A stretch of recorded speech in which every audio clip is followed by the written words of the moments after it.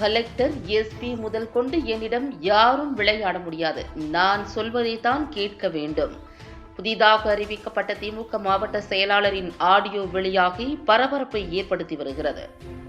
கடந்த 5 நாட்களுக்கு முன்பு தருமபுரியின் திமுக கிழக்கு மாவட்ட செயலாளராக நியமிக்கப்பட்டவர் தர்மச்செல்வன்.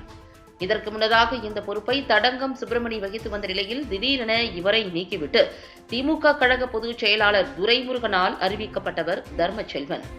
நேற்று தருமபுரி 4 ரோடு அருகே உள்ள அதியமான் அரண்மனையில் திமுக சார்பில் ஆலோசனை மற்றும் கலந்தாய்வு கூட்டம் நடைபெற்றது. அப்போது புதிதாக பொறுப்பேற்ற தர்மச்செல்வன் பேசுகையில், நான் சொல்வதை கேட்கவில்லை என்றால் அந்த அதிகாரி இருக்க மாட்டார்.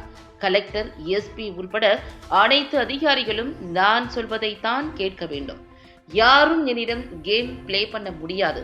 என்னை மீறினால் அவர்களின் கதை முடிந்தது. அதிகாரியாக இருந்தாலும் சரி, யாரும் உள்ளே நுழைந்து குறுக்கு சந்தில் ஓட முடியாது என்று கூட்டத்தில் பேசிய ஆடியோ சமூக வலைதளங்களில் வைரலாகி வருகிறது.